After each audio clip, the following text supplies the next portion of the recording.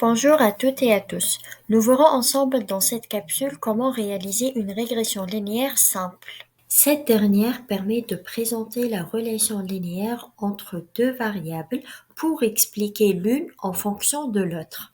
Elle permet en fait d'étudier les variations de la première variable en se basant sur la variation de l'autre. Ce type de régression propose d'identifier la variable dépendante et indépendante pour analyser la causalité entre eux qui se produit lorsque la variable indépendante influence la variable dépendante, alors que la corrélation ne consiste qu'à analyser la relation entre les deux variables.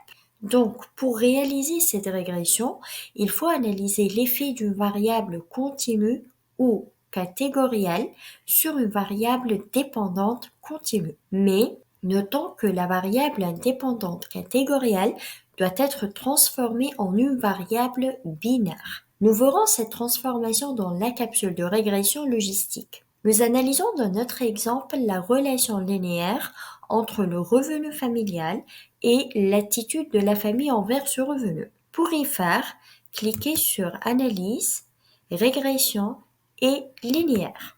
Insérez la première variable, qui est la variable dépendante, dans la première boîte. La nôtre, c'est l'attitude envers le revenu familial. Et la variable indépendante dans la deuxième boîte, qui est le revenu familial. Et cliquez sur OK. Le premier tableau montre les variables retenues. Le deuxième tableau sert à évaluer l'ajustement des données au modèle de régression. La valeur de corrélation multiple R s'interprète de la même manière que le coefficient de corrélation simple traité dans la 8e capsule. Le coefficient de détermination R2 met en avant la proportion de variabilité de l'attitude envers le revenu familial expliquée par le revenu familial. Dans notre cas, R2 égale à 0,239. Ça signifie que le revenu familial explique 23,9% de la variation de l'attitude envers ce revenu. Pour le tableau ANOVA, il indique que la significativité est bien inférieure à 0,05. Voilà P égale à 0,000.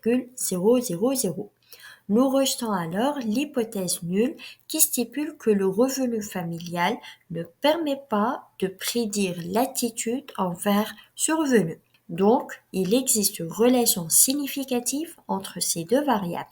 Quant au dernier tableau, il fournit les paramètres de l'équation du modèle de régression.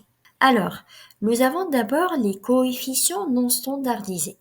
Ces coefficients se réfèrent aux valeurs des constantes qui désignent l'état naturel de la variable dépendante, c'est-à-dire en l'absence de l'effet de la variable indépendante.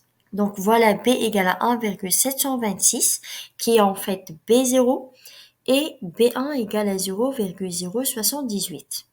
Donc l'équation sera Y égale 1,726 plus 0,078x. Y représente la variable dépendante, qui est l'attitude envers le revenu familial, et X représente la variable indépendante, qui est le revenu familial. Cette équation indique que l'augmentation d'une unité de la variable indépendante implique l'augmentation de 0,078 de la variable dépendante. Puis, nous avons les coefficients standardisés bêta. En fait, ce sont les valeurs standardisées des constantes. Bêta permet de comparer l'effet de la variable indépendante sur la variable dépendante. Alors, pour conclure, d'après ce tableau, bêta égale à 0,489, qui est une valeur supérieure à 0, c'est-à-dire une valeur positive.